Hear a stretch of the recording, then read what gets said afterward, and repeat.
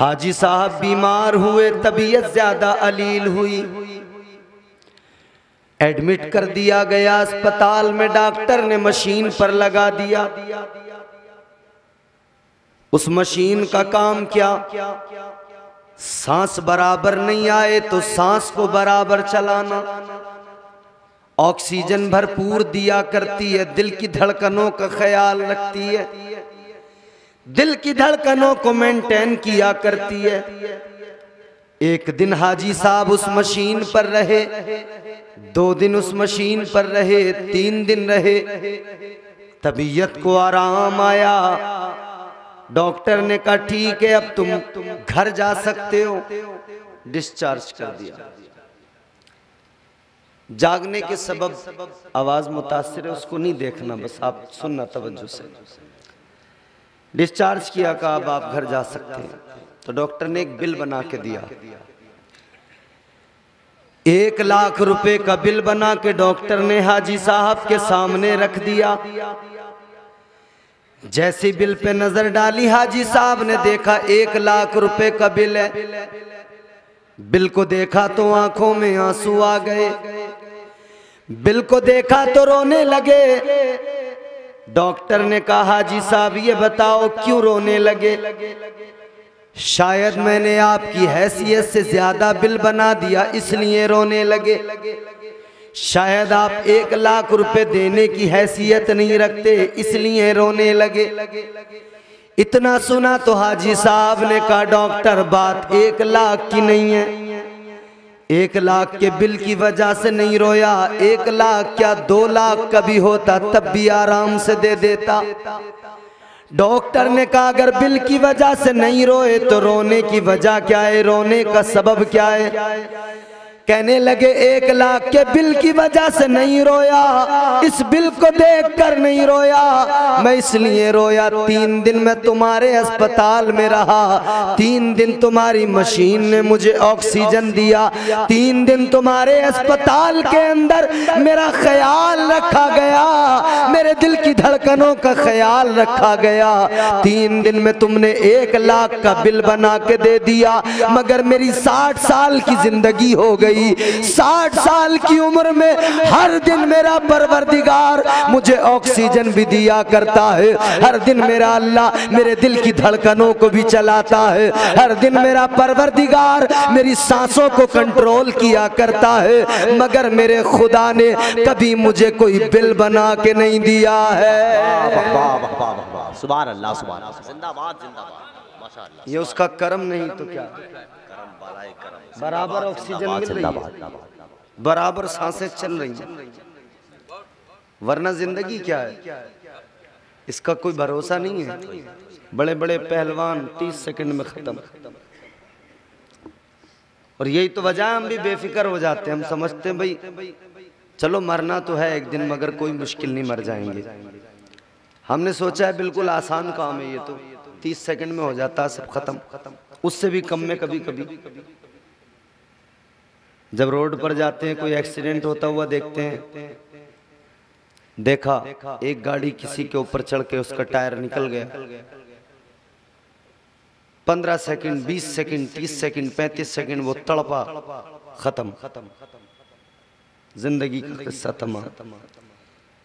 इधर हम लोग भी गुजर रहे होते हैं, हमारे नौजवान गुजर रहे होते हैं, गाड़ी जा रही है 50 60 70 80 100 की स्पीड पर, उसमें गाने बज रहे हैं, धूमधाम से जा रहे हैं, रास्ते में कोई एक्सीडेंट देखा, रुके, गाना बंद कर दिया,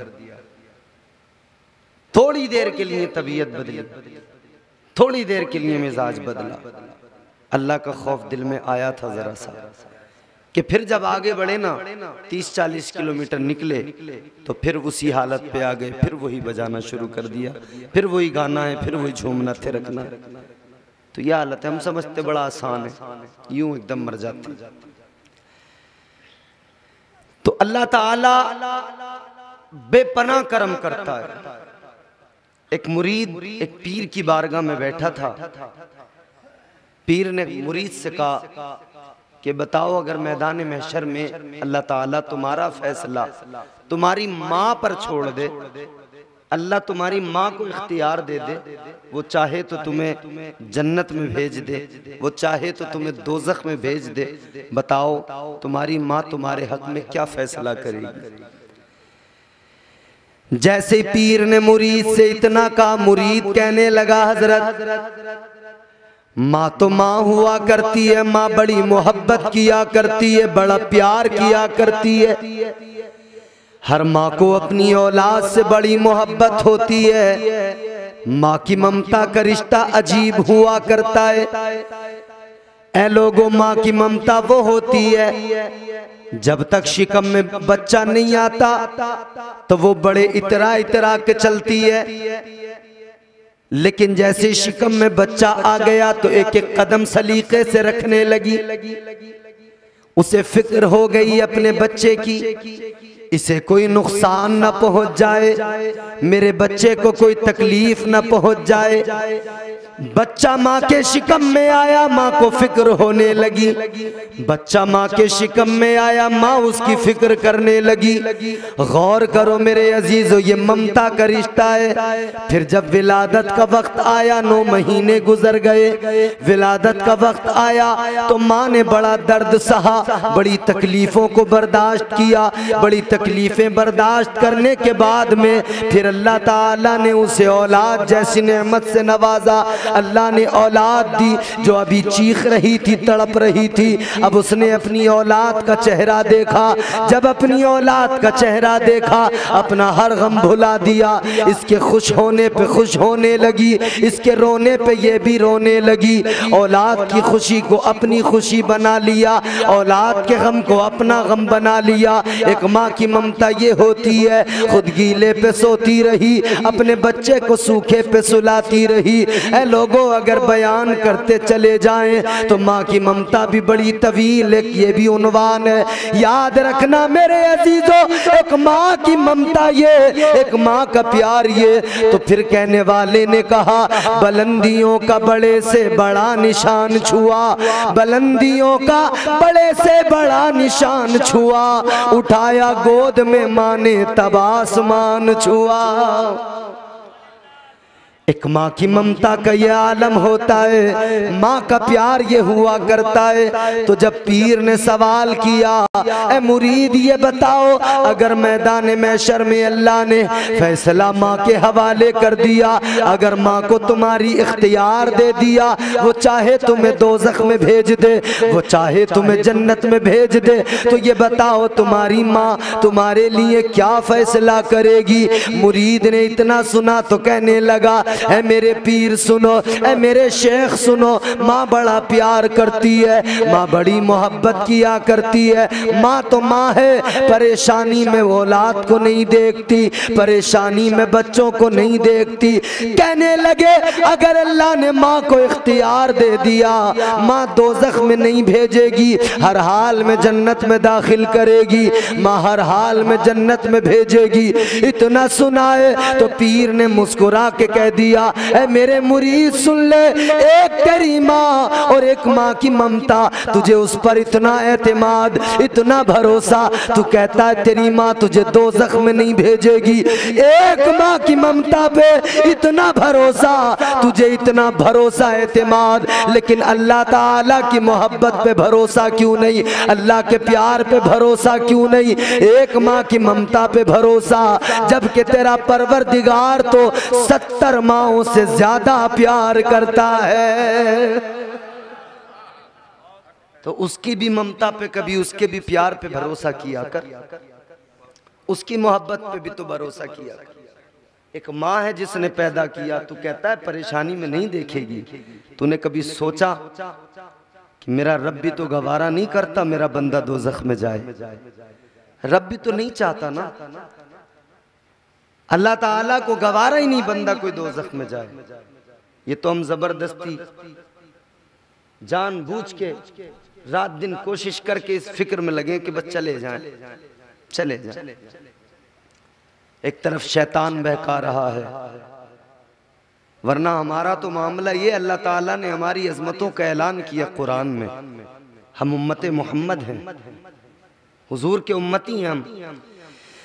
परवरदिगार आलम ने कुरान मजीद में फरमाया, कुंतुम खैरा उम्मतिन उखरिजत लिन्नास।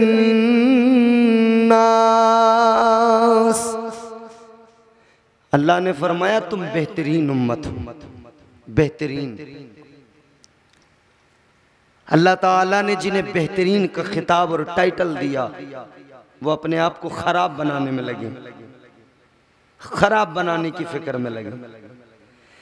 अल्लाह ताला ने बनाया तो फिर अजमतों का ऐलान यूं भी कर दिया। अल्लाह ने कुरान मजीद में फरमा दिया, लक़द खलक़नल इंसाना फी अहसनि तक़वीम। अल्लाह ने तो शबाहत तक का जिक्र कुरान में कर दिया। बहुत प्यारा बनाया है, खूबसूरत बनाया। अल्लाह ने खूबसूरत बनाया है। हमारे नौजवान कह रहे हैं नहीं, खूबसूरत नाई बनाएगा हमें। बोलो, अल्लाह का कुरान कहता है मैंने तुम्हें ahsan तकवीम, बेहतरीन शबाहत, बेहतरीन सूरत, खूबसूरत वजाहत के साथ पैदा किया, खूबसूरत बनाया, बेहतरीन बनाया। और हमारे नौजवान कह रहे नहीं नाई बनाएगा खूबसूरत। वो जब मसाज करेगा, ब्लीच करेगा, जब दाढ़ी बिल्कुल जड़ से निकाल देगा तब खूबसूरत बनेंगे। अल्लाह कह रहा है मैंने तुम्हें बनाया खूबसूरत, बेहतरीन बनाया। अब इससे ज्यादा क्या खूबसूरती चाहते हो? इससे ज्यादा और कितना बेहतरीन बनना चाहते हो? याद रखना, रब ने जैसा बना दिया दुनिया की कोई ताकत उससे अच्छा बना नहीं सकती है। रब ने जैसा बना दिया उससे अच्छा तो छोड़ो मियाँ, उस जैसा नहीं बना सकती दुनिया की कोई ताकत। सवाल ही पैदा नहीं होता। अब बंदा गुनाह कर रहा है, अल्लाह ताला तो पसंद ही नहीं करता बंदा को दोज़ख में जाए, मगर हम मसला हमारे साथ ये है कि एक तरफ तो शैतान बहका रहा है, दूसरी तरफ हमारा नफ्स हमें बार बार बहका रहा है। अब हम कहते हैं कि हम क्या करें, हम कमजोर हैं, हमारी शिकायत है हम कमजोर हैं, शैतान पीछे लगा है वो बहका रहा है, एक तरफ से नफ्स है वो बहका रहा है। और शैतान ने तो अल्लाह से वादा कर लिया, जब उसे अल्लाह ने निकाला नाफरमानी की वजह से। ये भी जहन नशीन कर लें, क्या किया था शैतान ने? कोई जिना तो नहीं किया था ना? शैतान ने कोई जिना तो नहीं किया था, शराब तो नहीं पी थी, क्या किया था? नाफरमानी। अल्लाह ने फरमाया सजदा करो, सारे फरिश्तों ने किया, इसने नहीं किया। अल्लाह का हुक्म, उसकी नाफरमानी और हजरत आदम की तौहीन, यानी नबी की तौहीन और अल्लाह की नाफरमानी, ये दो चीजें उसे बर्बाद कर गई। सारी इबादतें गई, सारे सजदे गए, बंदगी गई, सब कुछ खत्म। परवरदिगार आलम ने फरमाया काला फखरुज मिनहा फइन्नका रजीम व इन्ना अलैका लानता इला यौमिद्दीन। अल्लाह ने फरमाया मरदूद दफा हो जा, निकल जा मेरी बारगाह से। अल्लाह ने फरमाया कयामत तक तुझ पर लानतें भेजी जाएंगी। तो ये भी बात साफ हो गई, जो अल्लाह का हुक्म नहीं माने, जो नबी की तौहीन करे, अल्लाह ताला उसके लिए ये बात भी अल्लाह ने शैतान के साथ यही किया, कयामत तक के लिए लानती बना दिया। और याद रखना, कल वो लानती बना अगर आज भी कोई हुक्म खुदा की नाफरमानी करे और अल्लाह के महबूब की तौहीन करे, पैगंबर खुदा की तौहीन करे, अल्लाह उसे भी लानती बना दिया करता है। गौर करो मेरे अजीजों, अल्लाह ने फरमाया दफा हो जा, निकल जा। ये जब निकला तो ऐसे ही नहीं निकला, अल्लाह की बारगाह में कहने लगा मौला जा तो रहा हूँ, मगर जाने से पहले इतना कह के जा रहा हूँ, ज्यादा ज्यादा दूर नहीं जाऊंगा। अल्लाह ने फरमाया कहाँ जाएगा? कहने लगा लअक़उदन्न लहुम सिरातकल मुस्तक़ीम। कहने लगा या अल्लाह सिराते मुस्तकीम पे जाके बैठ जाऊंगा। या अल्लाह जो रास्ता तेरी तरफ आता है उस रास्ते पे जाके बैठ जाऊंगा। तेरे बंदों को बहकाऊंगा, तेरे बंदों को गुमराह करूंगा, तेरे बंदों को नेकियों के रास्तों से हटाऊंगा, गुनाहों की दावत दूंगा, गुनाहों के रास्तों का मुसाफिर बना दूंगा। अल्लाह ताला ने फरमाया तू मेरे बंदों को बहकाएगा? कहने लगा हाँ मैं बहकाऊंगा। कहने लगा क़ाल फ़बिइज़्ज़तिका लअग़वियन्नहुम अजमईन। अल्लाह की बारगाह में कहने लगा ऐ परवरदिगारे आलम, मैं तेरी इज्जत की कसम खा के कहता हूँ तेरे बंदों को बहकाऊंगा, तेरे बंदों को नेक रास्ते से हटाऊंगा, सिराते मुस्तकीम से हटाकर बुराइयों के रास्तों पे खड़ा कर दूंगा। कहने लगा या अल्लाह सामने से भी हमला करूंगा, मैं तेरे बंदों को बहकाऊंगा, सामने से हमला करूंगा, सामने से बहकाऊंगा। कहने लगा पीछे से हमला करूंगा, पीछे से भी बहकाऊंगा, दाईं जानिब से हमला करूंगा, दाईं जानिब से बहकाऊंगा, बाईं जानिब से हमला करूंगा, बाईं जानिब से बहकाऊंगा। कहने लगा या अल्लाह तेरे बंदों को चारों समतों से, चारों साइडों से बहकाऊंगा, चारों तरफ से हमले करूंगा। मैं उन्हें गुनाहों की आदतें लगा दूंगा, मैं उन्हें गुनाहों के रास्तों पे खड़ा कर दूंगा। ऐ लोगों जब हम ये देखते हैं तो हम कहते कितना कमजोर बना दिया अल्लाह ने। अल्लाह ताला ने शैतान को पीछे लगा दिया, चारों तरफ से बहका रहा है। बचे तो कैसे बचे, बचे तो कैसे बचे? मगर मेरे प्यारे सुनो तो जरा, अल्लाह ताला ने तन्हा नहीं छोड़ा, अल्लाह ने कमजोर नहीं बनाया। परवरदिगारे आलम की बारगाह में जब शैतान ने कहा था मौला चारों तरफ से बहकाऊंगा, तो अल्लाह ने फरमा दिया तू चारों तरफ से बहकाएगा, चार साइडें तूने चुन ली हैं, चार समतों का इंतखाब कर लिया, मगर दो साइडें तूने छोड़ दी हैं, दो समतों को तूने छोड़ दिया। अल्लाह ने फरमाया तूने दो साइडें छोड़ दी, एक ऊपर वाली साइड को छोड़ दिया, एक नीचे वाली साइड को छोड़ दिया, चारों तरफ से तू बहकाने की बात कर रहा है, दो समतों को तूने छोड़ दिया। अब सुन ले मेरा करम देख ले, तू चारों तरफ से बहकाएगा, मैं बंदों पर दो तरफ से करम करूंगा।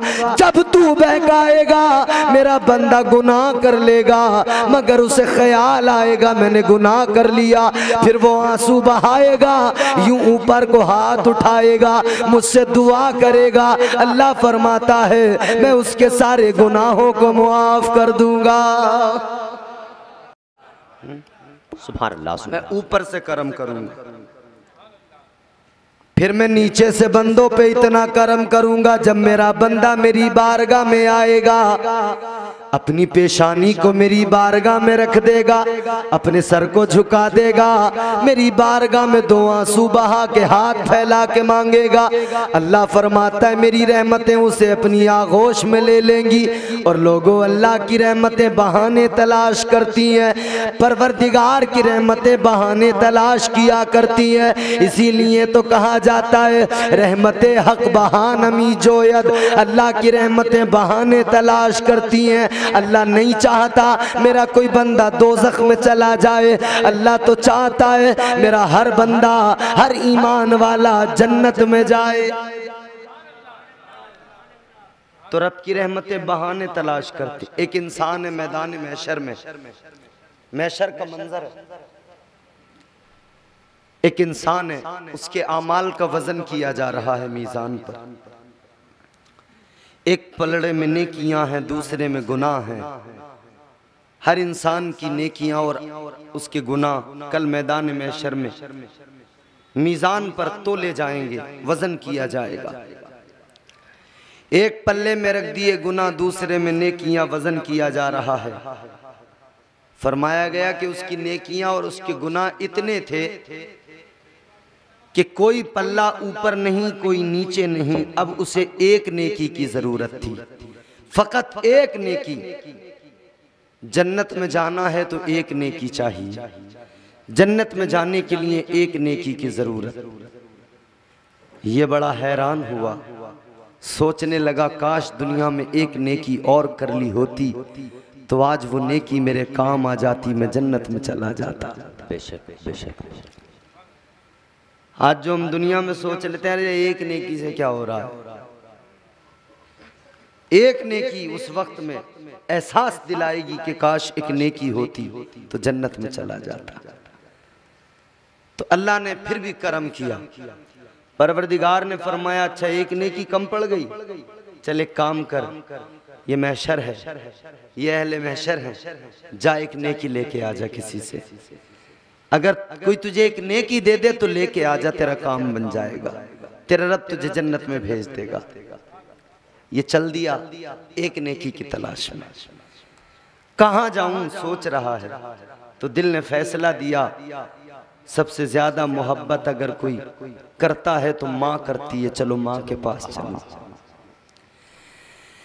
मैदान महशर में अपनी माँ के पास चला गया, जाके अपनी माँ से कहने लगा ऐ मेरी माँ तूने बड़ा प्यार किया, बड़ी मोहब्बत की, तेरी ममता बड़ी प्यारी। ऐ मेरी माँ तू मेरे लिए हमेशा बेकरार रहती थी, बेचैन रहती थी। ऐ मेरी वालिदा आज मुझे एक नेकी की ज़रूरत पड़ गई है, ऐ मेरी अम्मी जान एक नेकी मुझे दे दो। माँ ने इतना सुना, माँ ने कह दिया बेटा ये मैदान महशर है, दुनिया नहीं है, यहाँ तो खुद अपनी फिक्र लगी हुई है, यहाँ कहाँ से तुझे नेकी दे। माँ ने मना कर दिया, माँ ने कहा बेटा मुझे अपनी फिक्र है, मैं अपनी फिक्र में लगी हूँ, मैं तुझे नेकी नहीं दे सकती हूँ। ये माँ के पास से आगे बढ़ा, इसने सोचा चलो अब्बा के पास चलते हैं, अब्बा के पास जाएंगे, वो भी बड़ा प्यार करते थे, उन्होंने तो उंगली पकड़ के चलना सिखाया था, उन्होंने तो तालीम से आरास्ता किया था, उन्होंने तो पढ़ाया लिखाया था, इंसान बनाया था। कहने लगा बाप के पास जाऊंगा, मेरा बाप मुझे जरूर एक नेकी दे देगा। अपने बाप के पास में चला गया, बाप से जाके कहने लगा ऐ मेरे बाबा तूने मुझसे बड़ा प्यार किया, बड़ी मोहब्बत की, मगर आज मैं तेरा वही बेटा जिसे तूने चलना सिखाया, आज मैं वही तेरा बेटा तेरे पास आया हूँ जिसके साथ में तेरा बड़ा रिश्ता था मोहब्बत का, मेरी खातिर तूने इतना कमाया, सारी जवानी लगा दी, बारिश को बारिश नहीं समझा, धूप को धूप नहीं समझा, रात दिन मेहनत करता रहा, कमाता रहा, रात दिन मेहनत करता रहा, कोशिश करता रहा, मेरी तालीम के लिए, मेरी खातिर तूने बहुत कुछ किया है, मेरे लिए तूने बड़ी मेहनत की है, कमाते कमाते तुझे बुढ़ापा आ गया, तेरी कमर झुक गई, तूने बड़ी मेहनत की, लेकिन मेरे बाबा आज मैं तुझसे जरा सा सवाल करने आया हूँ, आज मैं तुझसे कोई जायदाद मांगने नहीं आया, आज मैं तुझसे कोई बिल्डिंग मांगने नहीं आया, आज बस एक नेकी का सवाल है। ए मेरे अब्बा एक नेकी मुझे दे दो, मेरा काम बन जाएगा, मैं जन्नत में चला जाऊंगा। बाप ने इतना सुना तो कह दिया ए बेटे वो दुनिया थी, वो दुनिया में मोहब्बत वहीं रह गई, वो प्यार वहीं रह गया, ये महशर है मेरे लाल, यहाँ तो मुझे अपनी फिक्र लगी है, यहाँ तो मुझे अपनी पड़ी है, आज मैं तुझे नेकी नहीं दे सकता। बाप ने भी इनकार कर दिया, भाई के पास गया, कहने लगा मेरे भाई अगर कोई मेरी तरफ आंख उठा के देखता था तो उसकी आंखें निकालने की कोशिश किया करता था, तू मेरी खातिर लोगों से झगड़े किया करता था, आज मुझे एक नेकी की जरूरत है, आज एक नेकी मुझे दे दे। भाई ने भी मना कर दिया, बहन ने भी मना कर दिया। कुरान पाक ने, अल्लाह ताला के कलाम ने इसी मंजर को बयान किया। अल्लाह ने कुरान मजीद में फरमाया यौम यफिर्रुल मरउ मिन अखी व उम्मिही व अबी व साहिबतिही व बनी। अल्लाह का कुरान भी तो यही बता रहा है, मैदान महशर में कोई काम नहीं आएगा, ना माँ काम आएगी, न बाप काम आएगा, न भाई काम आएगा, न कोई बहन काम आएगी, न रिश्तेदार काम आएंगे। ऐ मेरे प्यारे ये सबके पास गया, सबने इनकार कर दिया, किसी ने इसे नेकी नहीं दी। अब इसने सोचा नेकी नहीं तो जन्नत नहीं, नेकी नहीं तो क्या करूंगा, जन्नत नहीं मिलेगी। खुद ही सर झुकाया, हसरत के साथ में सर झुका के दोज़ख की तरफ जाने लगा, जहन्नम की तरफ जाने लगा। इसलिए कि नेकी नहीं है, नेकी नहीं मिली तो सोचा जन्नत कैसे मिलेगी। अब खुद ही नदामत के साथ में अपनी हसरतों को दिल में दबाकर खुद ही दोज़ख की तरफ चल पड़ा, जहन्नम की तरफ जाने लगा। अभी जा रहा है कि रास्ते में एक इंसान मिला है, वो भी दोज़ख की तरफ जा रहा है।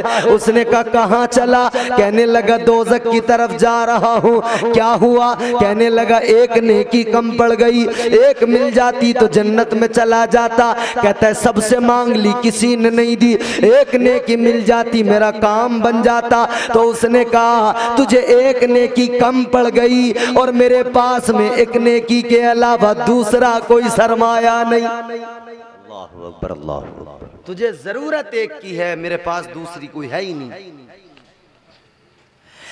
कहने लगा तुझे एक मिल जाए तू जन्नत में चला जाएगा, और एक नेकी मेरे पास है, इससे मैं जन्नत में नहीं जा सकता। तो कहने लगा चल मैं तो इससे जन्नत में नहीं जा सकता, ले इस नेकी को तू लेके चला जा, कम से कम तू तो जन्नत में चला जाएगा, कम से कम तेरा काम तो बन जाएगा, ले ये नेकी तू लेके चला जा। ये बड़ा खुश हुआ, नेकी लेके आ गया, अल्लाह के हुजूर मीज़ान पे लाकर नेकियों के पल्ले में नेकी को रख दिया। अब ये नेकियों वाला पल्ला ऊपर आ गया, भारी हो गया। अल्लाह ताला ने फरमाया तू नेकी लेके आ गया, जा तू अब जन्नत में चला जा। ये मुस्कुराया, खुश हुआ, मुस्कुरा के जन्नत की तरफ जाने लगा। परवाने नजात मिल गया, परवाने जन्नत मिल गया। अभी जन्नत की तरफ चला है कि अल्लाह ने फिर फरमाया ओ जन्नत में जाने वाले जरा रुक जा, जरा ठहर जा। अब जैसे अल्लाह ने पुकारा ना, ये घबरा गया। इसने कहा बड़ी मेहनतों से, बड़ी मशक्कतों से जैसे तैसे एक नेकी मिली, जहन्नम में जा ही रहा था कि एक नेकी मिल गई। अब जन्नत का हुक्म भी हो गया, जाने भी लगा था कि ऐन इस वक्त पे अल्लाह ने रोक दिया। अब न मालूम क्या होगा, डर होता है ना, डर लग जाता है कि अब नहीं मालूम क्या होगा, कहीं ऐसा ना हो बना बनाया काम बिगड़ न जाए। कप कपाता हुआ, सहमा हुआ, या अल्लाह हाजिर हूँ, हुक्म।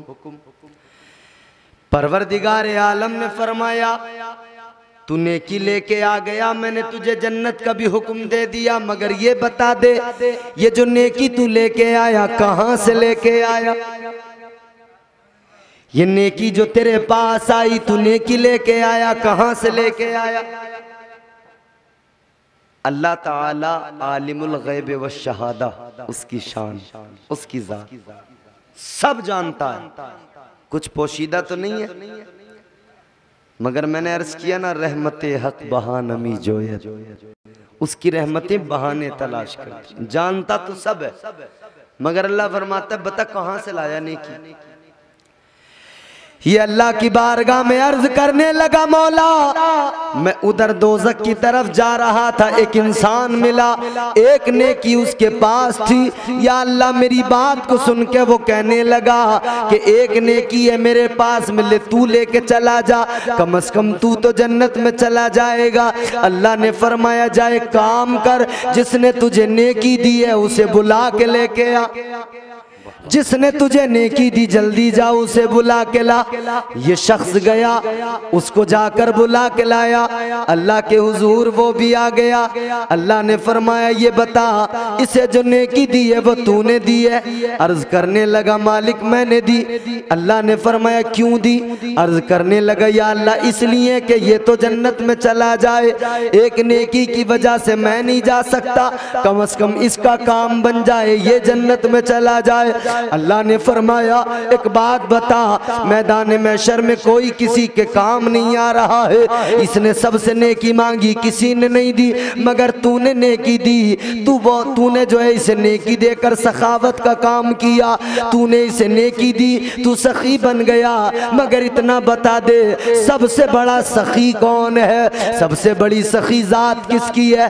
कहने लगा या अल्लाह, तुझसे बड़ा तो सखी कोई नहीं है, तुझसे ज्यादा तो सखावत किसी की नहीं है। या अल्लाह, सबसे बड़ा सखी तू।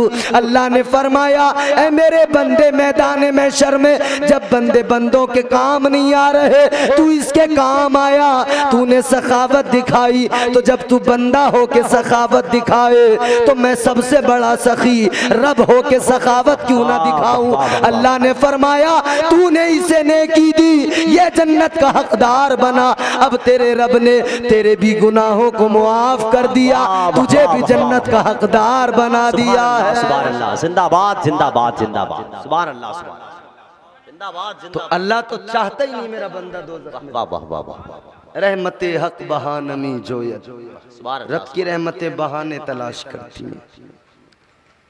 बंदा कभी रब से करीब होने की कोशिश तो करे, अपना ताल्लुक अल्लाह से मजबूत करने की हमारा हाल जानते हो क्या है?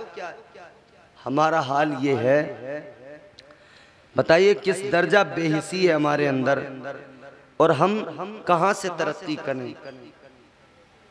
किसी दानिशमंद ने कहा कि बेहिसी से जो है ना कौमों में इनकलाब नहीं आते, अजाब आते। हमारी हालत यह है, एक चांद देखा तो नमाजी बन गए, दूसरा चांद देखा तो मस्जिदों से निकल गए। वो कौम क्या तरक्की करे जो एक चांद देखकर नमाजी बन जाए, दूसरा चांद देखकर 11 महीने के लिए नमाजों से दूर हो जाए। अभी रमजान में बड़ा बड़ा नमाजी नजर आया होगा, चांद देखती जो 5 वक्त वाले नमाजी थे ना साल भर के, उन्हें पिछली सफों में फेंक दिया गया। जैसे बरसाती मेंढक बरसात में निकल के आते हैं, बड़ा शोर करते बोलते हैं, वैसे ही ये साल भर में एक बार निकल के आने वाले नमाजी 5 वक्त के नमाजियों को, साल भर वाले नमाजियों को पिछली सफों में फेंक के पंखों के नीचे बैठ के बिल्कुल और पूरी शान के साथ, धूम के साथ अल्लाह अल्लाह, और तमाम पूरे, अब ऐसा लगता है कि इनसे बड़ा मुत्तकी कोई नहीं, इनसे बड़ा परहेजगार कोई नहीं। और जैसे ही ईद हुई तो ऐसे निकल जाते जैसे पिंजरे खुला हो और तोता उड़ के चला गया हो। क्या हो उस कौम का जो एक चांद देख के नमाजी बने, दूसरा चांद देख के नमाजों से दूर हो जाए। अल्लाह तो कभी दिल से पुकारें, फिर देखें रब की रहमतें किस तरह से आगोश में लेती हैं। हजरत इमाम जाफर सादिक का नाम आपने सुना होगा। बेशक बेशक। कौन इमाम जाफर सादिक? वो जो इमाम मोहम्मद बाकर के बेटे हैं। और इमाम मोहम्मद बाकर कौन? जो इमाम ज़ैनुल आबिदीन के बेटे हैं। इमाम ज़ैनुल आबिदीन कौन? जो इमाम हुसैन के शहजादे हैं। इमाम हुसैन कौन? जो मुस्तफ़ा जान रहमत ताजदार मदीना के नवासे हैं। वो इमाम हुसैन जिन्होंने सजदे की हिफाजत के लिए सजदे में सर कटा दिया। उनके मानने वाले सजदों से दूर हैं। आखिरी बातें जरा सुन लें तवज्जो से। इमाम हुसैन ने सजदों की हिफाजत के लिए, इस्लाम की हिफाजत के लिए इन मस्जिदों से अजानों की आवाज़ें आती रहें, महराब मिंबर से अजानों की सदाएं बुलंद होती रहें, इसलिए हुसैन ने सजदे में सर कटा दिया। हुसैन का मानने वाला सजदों से दूर है। हुसैन साजिद, कितने बड़े साजिद। इमाम ज़ैनुल आबिदीन ने तरबियत कहाँ पाई? अपने बाप की आगोश में इमाम हुसैन ने तरबियत दी, तो उस तरबियत का भी आलम। आज हमारे यहाँ जब बाप बैठ के पत्ते खेल रहा होता है तो बच्चा भी वहीं जाके पत्ते ही सीखता है। ये बात सच है। बाप का असर बच्चों की जिंदगियों पे पड़ता है। बाप अगर किसी चौराहे पे बैठकर शतरंज खेल रहा है तो बच्चा वही देखता है आके। बाप का बच्चों की जिंदगियों पे, बाप के मामलात का असर पड़ता है। तो इमाम हुसैन इतने बड़े साजिद, तो उनकी ज़िंदगी पे कैसा असर पड़ा होगा ना। इमाम ज़ैनुल आबिदीन कौन है जानते हो? करबला में अकेले तन्हा यही रह गए थे। ज़रा सी इनकी बात बताता हूँ आपको, सुने तो सही यार, मचल जाएंगे आप। इमाम ज़ैनुल आबिदीन घर के अंदर नमाज पढ़ रहे हैं, नियत की अल्लाहु अकबर कह के नमाज पढ़ना शुरू कर दिया। घर में आग लग गई, घर में आग लग गई। आप नमाज पढ़ रहे हैं, मोहल्ला इकट्ठा हो गया, पड़ोसी इकट्ठे हो गए, तमाम हंगामा सा है कि आग लग गई, आग लग गई। आप नमाज ही पढ़ रहे हैं। हमारे तो मस्जिद में नमाज पढ़ रहे हो, सामने से दीवार से छिपकली गुजर जाए तब उछल जाते हैं। इमाम ज़ैनुल आबिदीन नमाज में मसरूफ में, घर में आग लग गई।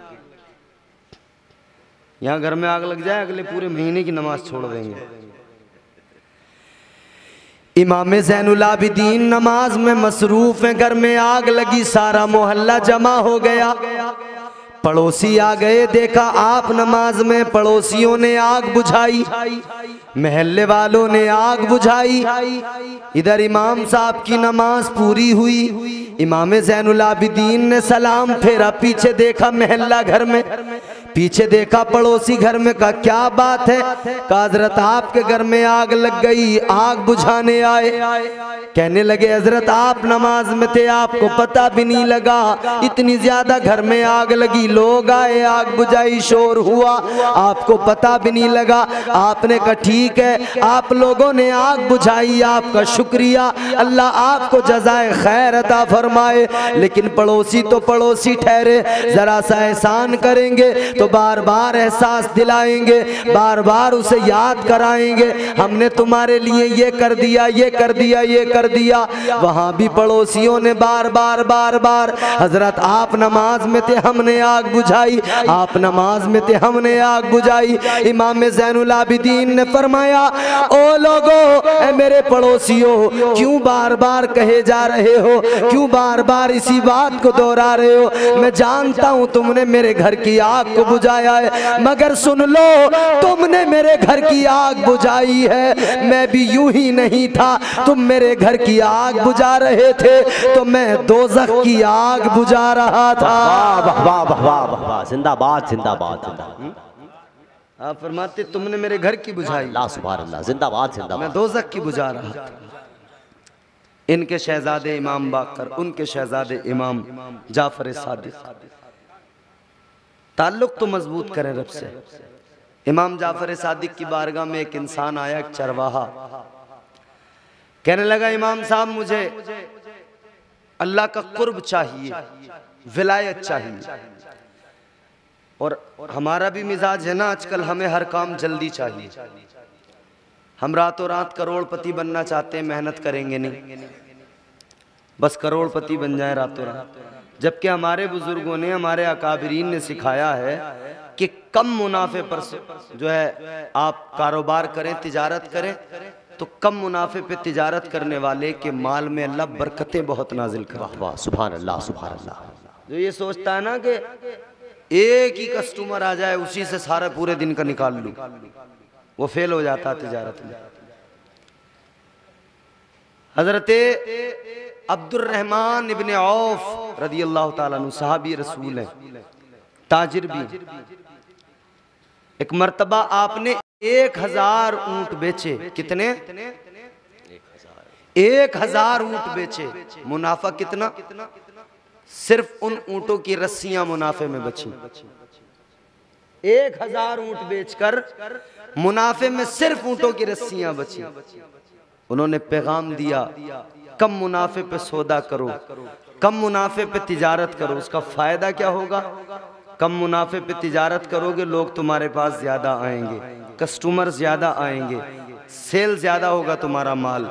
तो जो आपकी सेल ज्यादा होने की वजह से क्वांटिटी बढ़ती रहेगी, उधर आप पीछे से माल लेके आएंगे, वहां से ज्यादा लाएंगे, इधर ज्यादा सेल होगा, उधर भी डिस्काउंट मिलने लगेगा कि ये हमारा परमानेंट कस्टमर है जो ज्यादा लेके जाता है। इधर भी आपके कस्टमर ज्यादा बढ़ जाएंगे। आप 4 आइटम बेच के जितने कमा रहे हैं, उधर आप 400 बेचने लगे, तो फिर काम बढ़ेगा, तो कम मुनाफे पे करें। तो फरमाया गया कि जल्दबाजी ना करें, ऐसा ना हो कि आप ये चाहें कि एक ही रात में सब हो जाए। तो बहरहाल ये बात दूसरी तरफ आ गई ज़िम्नन। मैं ये अर्ज कर रहा हूँ, जल्दी बहुत होती है हमें हर काम की। इमाम जाफर सादिक की बारगाह में एक शख्स आया, आकर कहने लगा, इमाम साहब मुझे विलायत चाहिए, अल्लाह का कुर्ब चाहिए, मार्फत चाहिए, मगर बात यह है कि वक्त नहीं है मेरे पास ज़्यादा, जल्दी चाहिए, जल्दी चाहिए। मेरा बड़ा पीछे कारोबार है, मेरे पीछे मेरे मवेशी हैं, जानवर हैं, उनका भी मुझे ख्याल रखना होता है, मेरे ऊँट हैं, भेड़ बकरी हैं, उनका भी ध्यान रखना होता है, फसलें हैं, घर बार है, सब कुछ है। कहने लगा बस जल्दी मुझे विलायत मिल जाए, मार्फत का नूर मिल जाए, मुझे जल्दी अल्लाह का कुर्ब मिल जाए। हजरत इमाम जाफर सादिक ने फरमाया, ओ आने वाले, इतना याद रख ले, विलायत इतनी सस्ती चीज नहीं है जो यूं ही आसानी से मिल जाए। बेशक बेशक विलायत का मेयार इतना भी नीचे नहीं गिरा है, इतना भी हल्का नहीं हुआ है कि यूं ही आसानी से कोई भी आए और आकर कह दे कि विलायत मिल जाए, मुझे जल्दी में मिल जाए। आपने फरमाया यूं ही विलायत नहीं मिल जाती।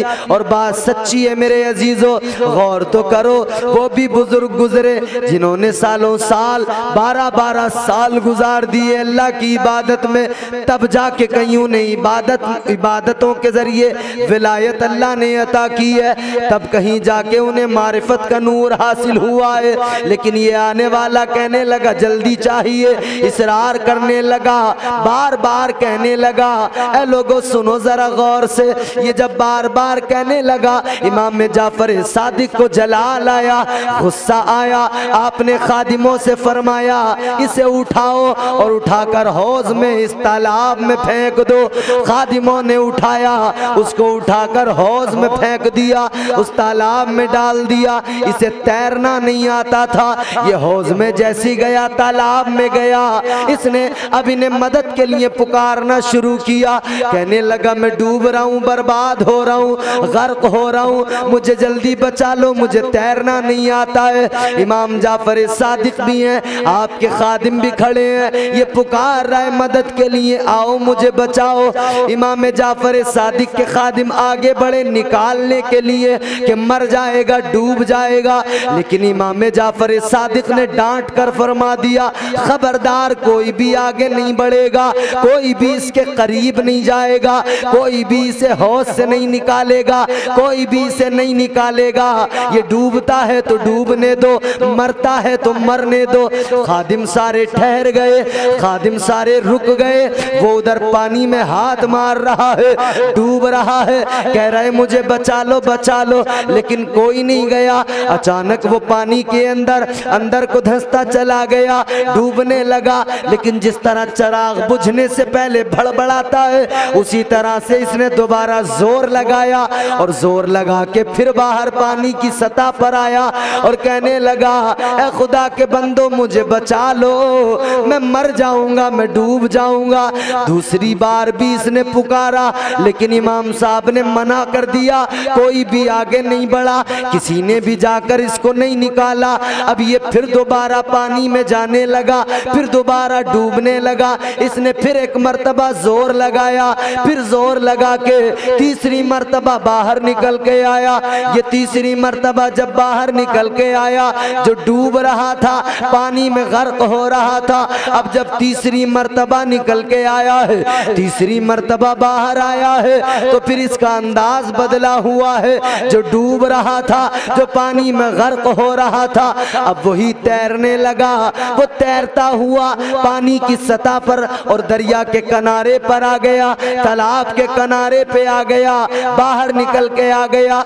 इमाम जाफर सादिक ने फरमाया तुझे तैरना नहीं आता था, तू डूब रहा था, तू मदद के लिए पुकार रहा था, लेकिन बता क्या हुआ, कैसे बच गया, कैसे तुझे तैरना आ गया, कैसे बाहर निकल के आ गया। कहने लगा ऐ इमाम साहब मुझे वाकई तैरना नहीं आता था, मैं पानी में डूब रहा था, मैंने पुकारा 3 मर्तबा, लेकिन मेरी समझ में एक बात आई, जब मैंने पहली मर्तबा पुकारा ये आपके खादिम आगे नहीं बढ़े, इन्होंने मुझे नहीं निकाला, मैंने दूसरी दूसरी मर्तबा पुकारा, मुझे फिर भी नहीं बचाया गया। कहने लगा मुझे समझ में आ गया, दुनिया वालों को पुकारा जाए, दुनिया को मदद के लिए पुकारा जाए, दुनिया मदद नहीं करती है। अहले दुनिया से मदद मांगी जाए, अहले दुनिया मदद नहीं किया करते। कहने लगा मैंने 3 बार दुनिया को पुकारा, दुनिया ने मेरी मदद नहीं की। जब मैं डूबने लगा,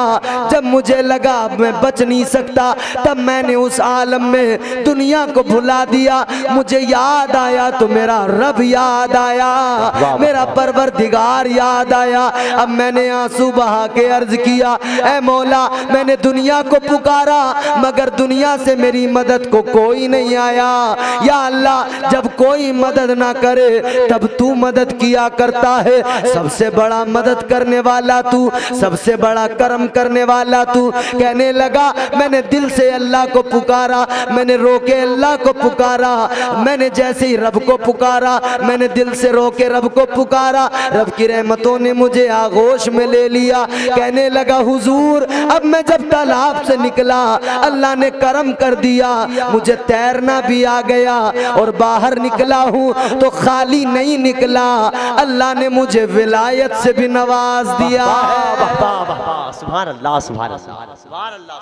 तो बंदा रब से ताल्लुक तो मजबूत करे, बेशक पुकारे तो सही अपने रब को। होगी तकरीर जिंदाबाद जिंदाबाद। सुभान अल्लाह अपने रब को पुकारे तो सही बंदा, सुभान अल्लाह सुभान अल्लाह। ताल्लुक तो मजबूत करे।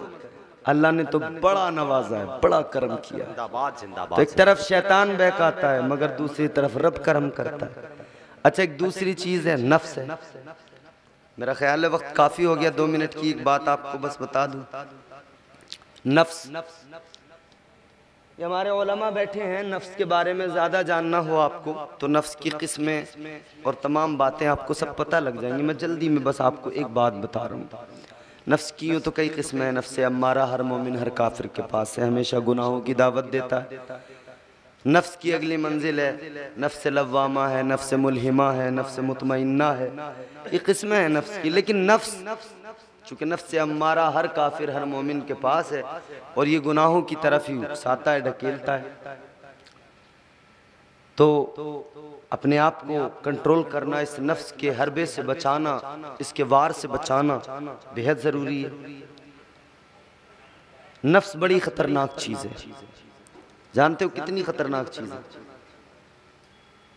नफ्स को जब अल्लाह ने पैदा किया तो परवरदिगार ने पैदा करने के बाद में फरमाया, इस नफ्स से अल्लाह ने फरमाया बता मैं कौन हूँ।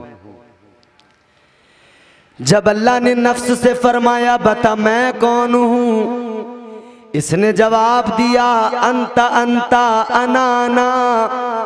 कहने लगा तू तू है, मैं हूँ, वाह वाह। मैं हूँ, मैं हूँ। ये नफ्स है। जो आदमी कहता है ना मैं हूँ, मैं इतना अफजल, मैं इतना आला, मैं इतना बढ़िया, रात दिन झूठ बोलने वाला, फिर कैसे कहता है भाई मुझे देखो झूठ से बड़ी नफरत है। यही बात है ना। सबसे बड़ा झूठा होगा मगर कहेगा देखो मुझे झूठ से बड़ी नफरत है। अपने आप को जानता है मैं कैसा हूं मगर कहता है इस मोहल्ले में है थोड़ी कोई मेरी टक्कर का आदमी, मेरी बराबरी का आदमी। कई लोग तो अपनी सिर्फ वाहवाही के लिए ना कि लोग मेरी इज्जत करें, कदर करें, सिर्फ इसीलिए महफिलों में बैठ के अपने तकवा व तहारत का जिक्र करते हैं, अपनी नमाजों का जिक्र करते हैं। कई लोग तो इमामों से आकर कहते हैं इमाम साहब मैं सुबह को फजर की नमाज जब पढ़ लेता हूँ तो मैं उसके बाद में 100 मरतबा कलमा शरीफ पढ़ता हूँ, तो ये ठीक है? तो ये तो हर बेवकूफ़ से बेवकूफ़ जानता है कि कलमा शरीफ जितना ज़्यादा पढ़ोगे सवाब ही मिलेगा। गलत कैसे हो जाएगा भाई? मकसद ये नहीं होता है, मकसद ये होता है कि इमाम को पता लग जाए कि मैं कितना बड़ा परहेजगार हूँ। इमाम साहब मैं जब रात को सोता हूँ तो मैं 100 मरतबा दुरूद शरीफ पढ़ कर सोता हूँ, कोई दिक्कत तो नहीं है? अब दुरूद शरीफ पढ़ने में भी कोई दिक्कत हो जाएगी? इसमें तो कोई दिक्कत का मतलब ही नहीं, लेकिन परहेजगारी साबित करना। तो ये नफ्स है, इंसान को कहता है कि तुझसे बढ़िया कोई नहीं, तुझसे अच्छा कोई नहीं। तो अल्लाह ने फरमाया बता मैं कौन हूं। नफ्स कहने लगा तू है, मैं हूं। अल्लाह ने फरिश्तों को फरमाया से लेके जाओ दोज़ख में डाल दो, जहन्नम में डाल दो। कितने दिन के लिए डाला गया? सूफिया फरमाते हैं कि 300 साल तक जहन्नम में रखा गया, 300 ईयर्स, और बाज़ रिवायतों के मुताबिक 1000 साल। 300 साल दोज़ख में रखा गया, फिर निकाला। फिर अल्लाह ने फरमाया बता मैं कौन हूं। इसने फिर भी यही जवाब दिया अंता अंता अना अना, तू है, मैं हूं।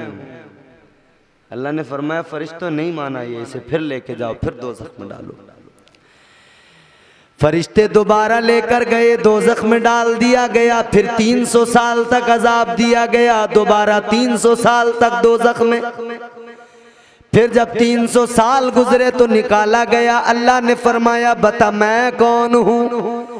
इसने फिर भी यही जवाब दिया अंता अंता अना अना, कहने लगा तू है, मैं हूँ। फरिश्तों ने अर्ज किया मौला कोई बदलाव नहीं आया, इसका जवाब अब भी वही है। अर्ज करने लगे या अल्लाह क्या करें, फिर इसे दोज़ख में लेके जाएं, फिर इसे जहन्नम में डाल दें। अल्लाह ने फरमाया नहीं फरिश्तों, अब इसे दोज़ख में नहीं डालना है। इसे दोज़ख में डालोगे जवाब नहीं बदलेगा, दोज़ख में डालोगे ये काबू में नहीं आएगा। फरिश्तों ने अर्ज किया मौला क्या करें? अल्लाह ने फरमाया इसे दोज़ख में न डालो, इतना करो इस नफ्स के ऊपर भूख का बोझ डाल दो, फाकों का बोझ डाल दो, इसके ऊपर सजदों का बोझ डाल दो, बंदगी का बोझ डाल दो, क़यामो रुकू का बोझ डाल दो। जब फाकों का बोझ डाला गया, बंदगी का सजदों का बोझ डाला गया, फिर अल्लाह ताला ने फरमाया बता मैं कौन हूँ। यही नफ्स था, कहने लगा तू मेरा परवरदिगार है। जिंदाबाद जिंदाबाद जिंदाबाद, सुभान अल्लाह सुभान अल्लाह, वाह वाह वाह वाह। तकरीर हो रही है, सुभान अल्लाह सुभान अल्लाह सुभान अल्लाह सुभान अल्लाह, अल्लाहु अकबर अल्लाहु अकबर।